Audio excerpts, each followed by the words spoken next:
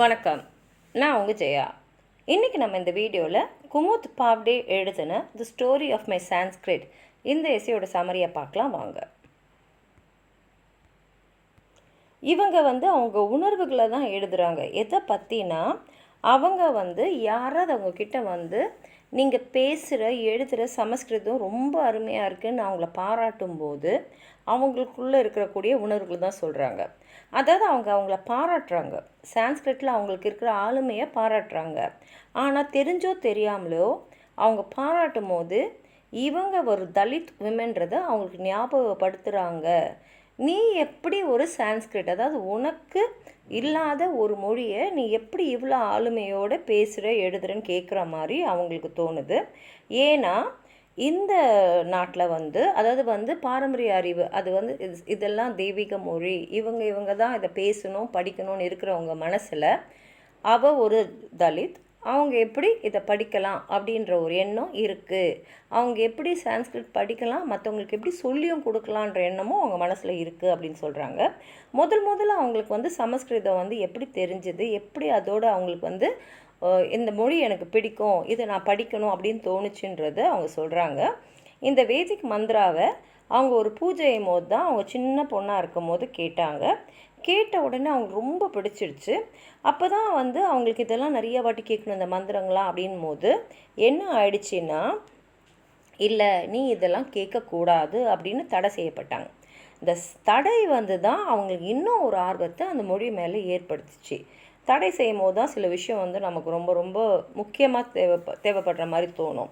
அப்போ என்ன ஆயிடுச்சுன்னா, அப்போ தான் அவங்க தெரிஞ்சுக்கிட்டாங்க இது ஒரு சில குறிப்பிட்ட சமூக மக்கள் மட்டும்தான் கற்றுக்கணும், இவங்களுக்கு அது கற்றுக்கக்கூடாது, தெரிஞ்சுக்கக்கூடாது. இதுதான் நம்ம இந்தியாவில் இருக்கக்கூடிய காஸ்ட் சிஸ்டம்னுடைய ஒரு வெப் ஆஃப் பவர் ரிலேஷன்ஸ்னு சொல்கிறாங்க.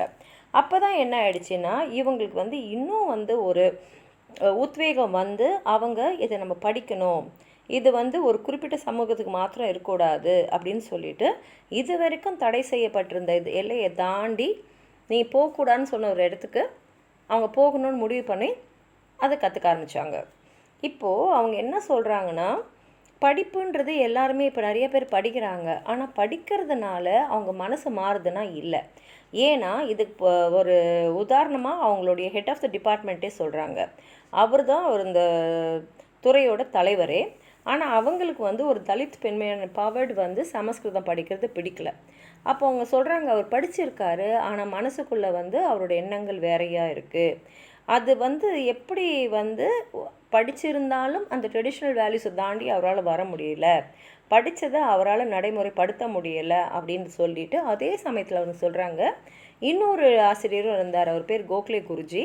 அவர் ரொம்ப ரொம்ப ரொம்ப ஆர்த்தடாக்ஸான ஒரு டீச்சர். ஆனால் அவர் இந்த மாடர்னிட்டியிலலாம் அவருக்கு ஒன்றுமே தெரியாது. அவர் ரொம்ப பாரம்பரியமுள்ள இருந்தார். ஆனால் அவருக்குள்ளே அந்த எண்ணம்லாம் இல்லை. நம்ம மொழியை சொல்லித்தரோம், இவங்க கற்றுக்குறாங்கன்ற எண்ணத்தோடு தான் அவர் எங்களோட பழகினார். அதனால் மனிதர்களுக்குள்ளே வித்தியாசமும் இருக்குது அப்படின்னு சொல்கிறாங்க. அதே சமயத்தில் உயர் ஜாதியை சேர்ந்தவங்களாம் அவங்கள ரொம்ப கிண்டல் பண்ணுவாங்க.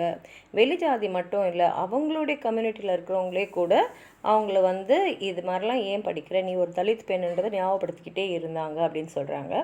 அப்போது அவங்க என்ன சொல்கிறாங்கன்னா, அதாவது இதை எழுதும் போது இந்தியா சுதந்திரம் அடைஞ்சு 20 வருஷம் ஆயிருந்தது. அவங்க சொல்கிறாங்க, இந்தியா சுதந்திரம் அடைஞ்சு 20 வருஷம் ஆனாலும் அதுக்கு முன்னாடி நம்மக்கிட்ட இருந்த எல்லா நார்ம்ஸு ப்ராக்டிஸ் எல்லாமே இன்னமும் அப்படியே தான் இருக்குது, அது மாறல. அதனால் இவங்க என்ன சொல்கிறாங்கன்னா, பிறப்பில் எது வருதோ, இறந்தா கூட போகாதது எதுன்னு கேட்டால் நான் காஸ்ட்டுன்னு தான் சொல்லுவேன் அப்படின்றாங்க. ஆனால் இருந்தாலும் விடாப்படியாக அவங்க பிஏ எம்ஏ சான்ஸ்கிரிட்டில் முடிச்சுட்டு முதல் பெண்மணி, அதாவது ஷெட்யூல் காஸ்ட்லேருந்து முதல் பெண்மணி சான்ஸ்கிரிட் டிஸ்டிங்ஷன்னா 75 மார்க்குக்கு மேலே பர்சன்டேஜ்க்கு மேலே வாங்கினவங்க, உயர் மதிப்பெண்கள் வாங்கின பெண்மணின்ற பேரோடு வந்தாலும் அவங்களுக்கு 2 வருஷத்துக்கு வேலையே கிடைக்கல. இதுவே அவங்க சொல்கிறாங்க. அதாவது அந்த கம்யூனிட்டியில் இப்போ எக்கனாமிக் ஸ்டேட்டஸ்ன்றது ரொம்ப முக்கியம், பொருளாதாரன்றது ரொம்ப முக்கியம். வேலைக்கு போயிருந்தால் பொருளாதார நிலை மாறும், அந்த வேலை செய்கிறதோடைய அந்த பெருமையும் அவங்களுக்கு கிடச்சிருக்கும்.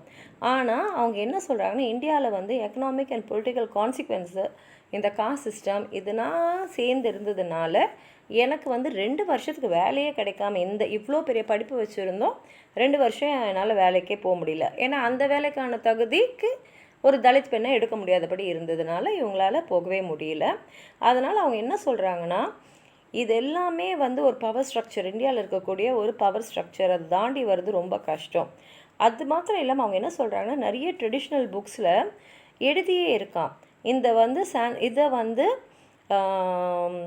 பெண்கள் படிக்கூடாது, சூத்ராஸ் எல்லாருமே படிக்கூடாதுன்னு எழுதியிருக்கு.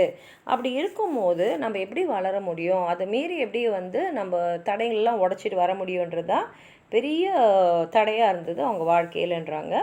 ஏன்னா நிறைய இடத்துல பார்த்திங்கன்னா வெறும் பிராமணர்கள் மட்டும்தான் இருப்பாங்க.